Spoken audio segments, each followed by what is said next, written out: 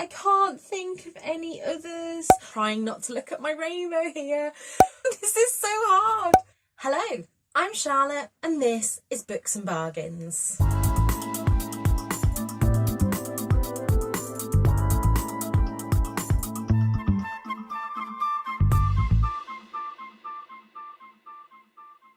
I am standing up today and eagle-eyed viewers will have noticed I found the bee. I tidied up the book room yesterday and it was just under some stuff. However, today I'm coming to you with the 25 books challenge. I saw Emma from Drinking by My Shelf do this over on Book Break, and my first comment, I'm reading this as it says in the replies, was, "Oh wow, I love this, but it looks so hard." And then I decided to comment saying, also, okay, I'll give it a go. Do your worst, Emma. So Emma has given me 5 prompts. I have 2 minutes, and for each prompt I have to think of 5 books, and then I think at the end I have to talk about those books. Now, just to save me from falling over here, I'm going to mention the books, then at the end I will get them all together. So, shall we do this? So the first prompt is 5 books by authors known by initials.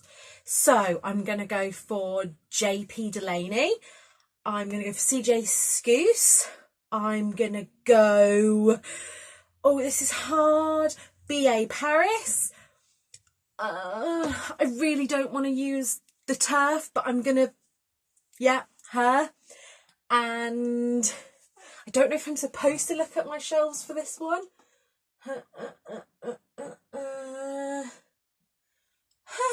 I can't think of any others. Oh, J.R.R. Tolkien.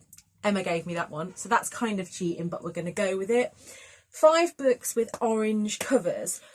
With the Fire on High, Blood Orange, which I suppose has an orange cover. Trying not to look at my rainbow here.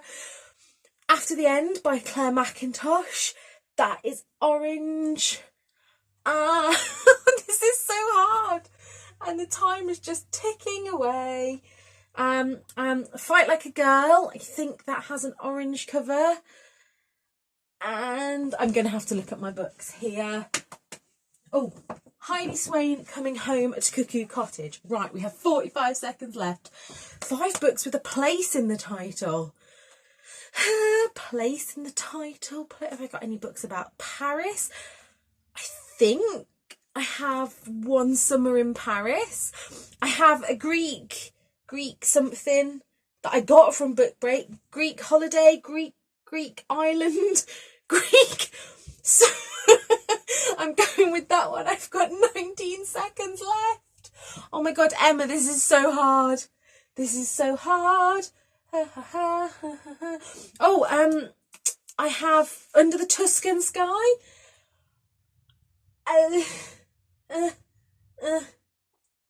Time is up. So I think I got to 13 there. Okay, I know. So let me grab some of the books that I mentioned. I've picked up some of the books that I mentioned, and as I'm looking round, I'm like, oh, authors, I could have gone for C.L. Taylor. And then I'm like, oh, books with places in, I could have gone Lost in London, which is right in front of me. I could have gone The Yorkshire Shepherdess, again, right in front of me.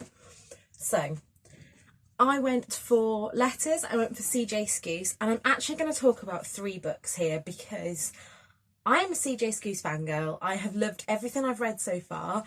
And my name is on the acknowledgements of Deadhead, and I think that's my biggest booktube achievement so far. So the first 2 books I'm going to talk to you about are Sweet Pea and In Bloom, and I can't mention these without mentioning Victoria from What Victoria Read, because I bought this because she would not shut up about it. Her and Nicole just... I don't think it's something I'd have ever picked up for myself because I'd have looked at the cover and thought, oh, it looks very generic.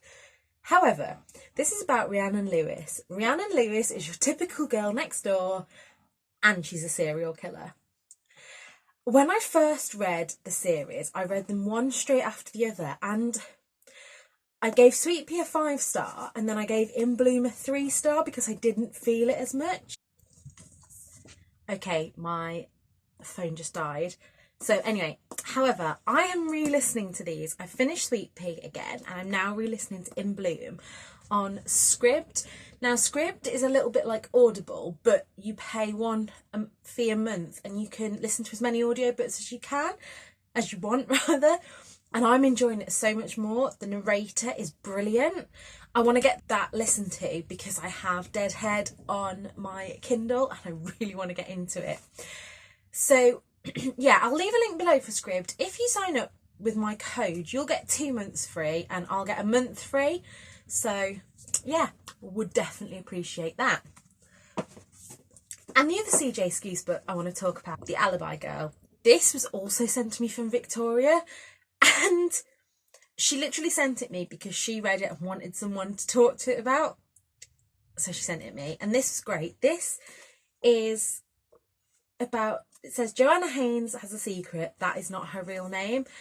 And Joanne is a character that I changed my mind so often through this book, what I thought of her. And then the ending has got to be one of the most, not surreal as such, but an ending that just made me think about it for ages afterwards. And so yeah, I'd love to talk to you about that if you've read that one. And then what was the next question? Was the orange cover. And so I've got 2 here, and then that will be my 5 books, because those ones that I mentioned with the names, can't find them. They are here somewhere. And I wanted to pick these books as books that I've read. I really need to not film standing up because I'm like, I get this kind of nervous energy when I film. Just a little side note here. People think that people with anxiety kind of shy away and go quiet. And while that is true for some people, when I'm anxious and nervous, I talk about 50 million words a second. But anyway, so the next one that I've got for you is Fight Like a Girl by Sheena Camel. Now this is the finished copy, and it is this gorgeous orange book. This I read either really early this year or late last year, and this book was really, really good.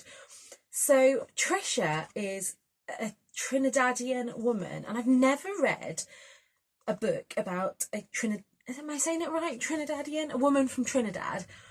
And I think that this is Own Voices. And this book taught me quite a lot about the culture. And it was really one of the books that started me on my journey of finding more diverse books.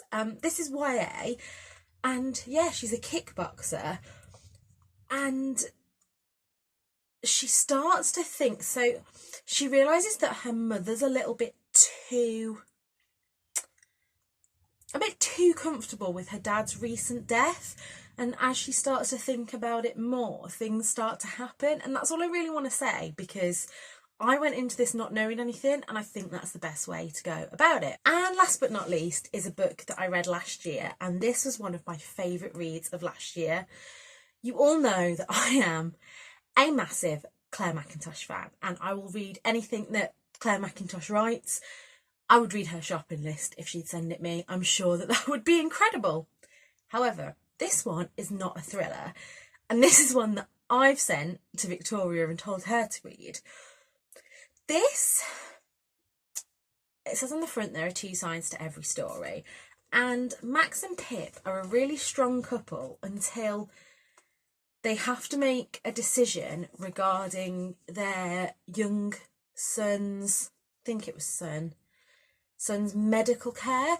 And I loved this because of the ethics involved in it, and the decision on whether to turn off a life support machine or not.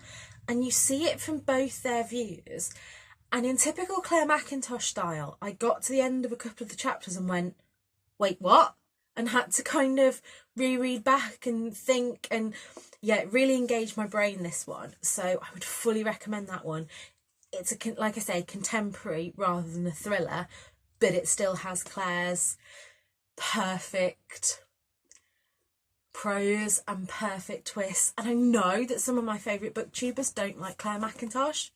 I'm looking at you, Leanne, but I will not have a bad word said about her here. Okay? Okay.